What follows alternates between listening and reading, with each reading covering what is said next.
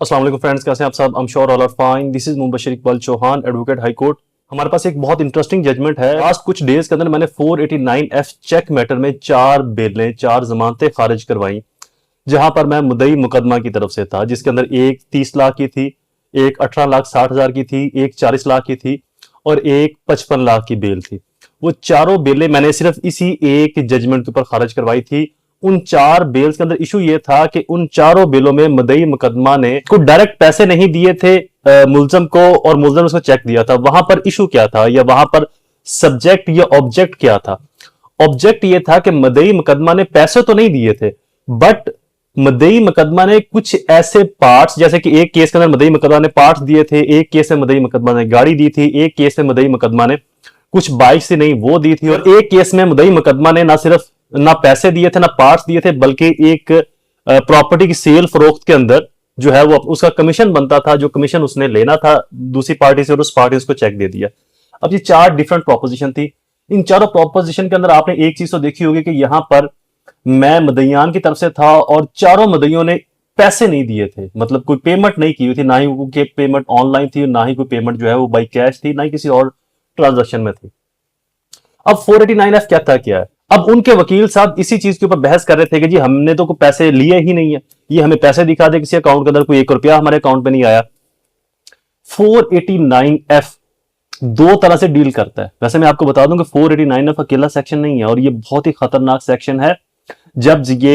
जब ये section 30 PPC और सेक्शन 467 पीपीसी के साथ मिलता है तो ये इतना खतरनाक हो जाता है कि इसमें से बेल नहीं होती आमतौर पर। लेकिन चूंकि इन चारों केसेस के अंदर हमने पैसे दिए नहीं हुए थे, कहीं पर पार्ट्स दिए थे, कहीं पर हमने कमीशन लेना था, कहीं पर हमने को गाड़ी दी थी, इस तरह के मामला थे, डायरेक्ट हमने पैसे नहीं दिए थे। जो दूसरी तरफ मेरे लर्नर्ड काउंसिल थे वो भी यही बहस कर रहे थे कि जी हमने को पैसे लिए ही नहीं इनसे, तो फिर हमारे पर पर्चा क्यों करवा दिया, और अगर पर्चा हो तो हमें बेल देनी चाहिए अदालत को, तो अदालत चाहिए कि वो हमें बेल दे दे। तो मैंने ये जस्ट चारों केसेस के अंदर इस जजमेंट को पुट किया था। जजमेंट पहले लिख लें, फिर मैं आपको इसके इंग्रेडिएंट्स बताता हूं कि कैसे इस एक जजमेंट के ऊपर मैंने बेल्स को खारिज करवाया। 2022 YLR NOTE note 202 page number है, ये जजमेंट है। इसकी आपको इंग्रेडिएंट्स बताता हूं। बेसिकली लॉ सब पढ़ लेते हैं, ये बात मैं आपको बता दूं। लॉ पढ़ना तो हमारा जो लॉ है, मतलब अगर 489F की डेफिनेशन मैं किसी मैट्रिक के बच्चे को दूंगा तो वो भी पढ़ के बता देगा कि ये डेफिनेशन है क्या। उस डेफिनेशन को या उस प्रिंसिपल को किसी भी केस पर, फैक्ट पर एप्लीकेबल कैसे करवाना है, that is a lawyer, that is a practice, that is a law, that is a advocacy, that is a best advocacy. अब बेस्ट एडवोकेसी के अंदर आगे भी कुछ चीजें आती हैं, जस्ट लॉ नहीं।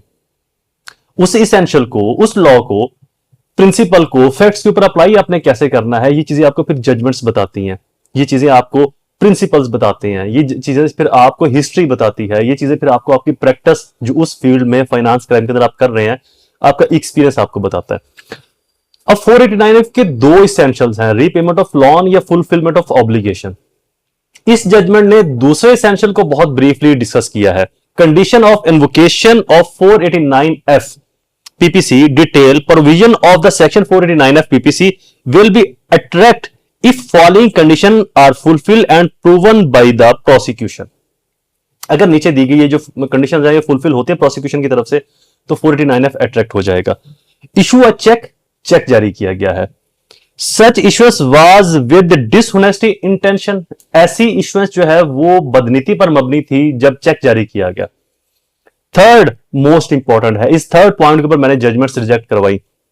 The purpose of such issues of cheque should be for repayment of loan और fulfilment of obligations which is wide term is inter alia applicable to lawfully agreement, contract, services, promise by which one is bound or an act which binds a person to some performance. Presentation to be checked is dishonor. जरूरी नहीं कि repayment of loan ही करना है तो ही check के इवज आपकी जो bell है वो रिजेक्ट होगी। अगर कोई फुलफिलमेंट ऑफ ऑब्लिगेशन थी, कॉन्ट्रैक्ट भी लिखा हुआ था और उन ऑब्लिगेशंस को फुलफिल नहीं किया गया, वो ऑब्लिगेशन किसी प्रॉमिस की सूरत में थी, सर्विस की सूरत में थी या व्हाटएवर किसी भी सूरत में थी, अगर उन जिम्मेदारियों के इवज को चेक दिया गया है तो यही समझ जाएगा कि चेक रीपेमेंट ऑफ लोन ही है। जब फुलफिलमेंट ऑफ ऑब्लिगेशन करनी है तो आपने उसका कर्ज ही वापस करना है एक सूरत के अंदर, तो लिहाजा आप बेल के हकदार नहीं होगे।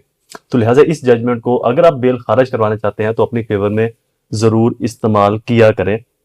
और मुद्दा, एफआईआर, आपका स्टांस जो कि आपका क्लाइंट आपको बताएगा, उसके बाद आपने उस स्टांस को कैसे रेनोवेशन करनी है, ये आपका एक्सपीरियंस, आपका माइंड, आपकी लॉ स्किल्स, आपकी एडवोकेसी आपको बताएगी, आपकी जजमेंट्स आपको बताएंगी।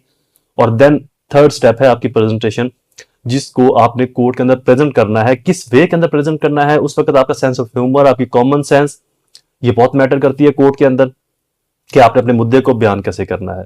वीडियो इज कंप्लीट, दोबारा हाजिर होगा किसी और इन्फॉर्मेटिव वीडियो के साथ। तब तक मुझे अपने दुआओं में जरूर याद रखें। अल्लाह ताला आप सबका हामी नासिर हो। वस्सलाम।